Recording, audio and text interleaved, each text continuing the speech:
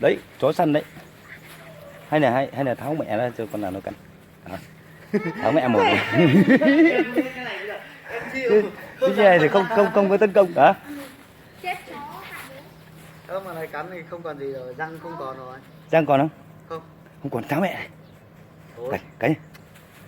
Hả? Em ấy có vấn đề gì nhưng mà thôi. Chứ như này nó cũng không tấn công thì nó cũng nằm im như này, nó cũng chả dám tấn công đâu. Hả? Bộ con này bẩn lắm. Ui giời ơi, thế thì ra. Không kệ nó ấy thôi, nó cắn kiểu ấy. Nhưng mà tấn công mà. Nhưng mà bọn này cũng tiêm phòng rồi mà, chả sợ. Kỳ nhông không? Hả? Kỳ nhông không? Em biết Mấy không? đàn này anh tiêm hết rồi mà, tiêm 2 mũi hết rồi mà, chả sợ. Mẹ. Em biết con kỳ nhông. Hả? Kéo này, kéo cho nó có ấy không? Nhưng mà cái tháo mẹ mồm ra em. Hả?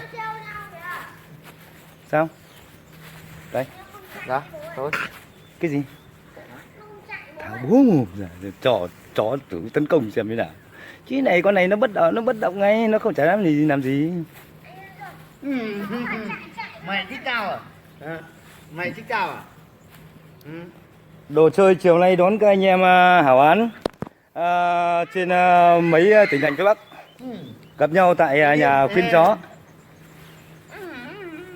đang cho đàn Bắc Hà để làm quen với một cái con kỳ đà này, nhưng mà cơ bản là cũng có vẻ là con kỳ đà nó không có tấn công.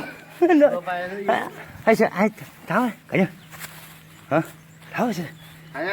Tháo đi. Đó. Tháo coi em sao này. Rồi tạm dừng tí nhé, tạm dừng tí chứ, ngoài tháo xem nó như nào nhé. Tháo.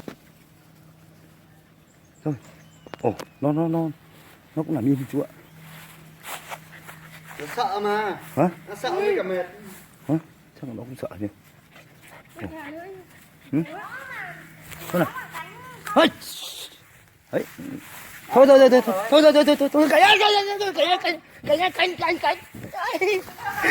cánh. Chó này nó cắn nhau rồi của mẹ, cắn nhau rồi. Rồi, tốt quá. Ôi trời ơi, nó xì ngay. Bảo rồi.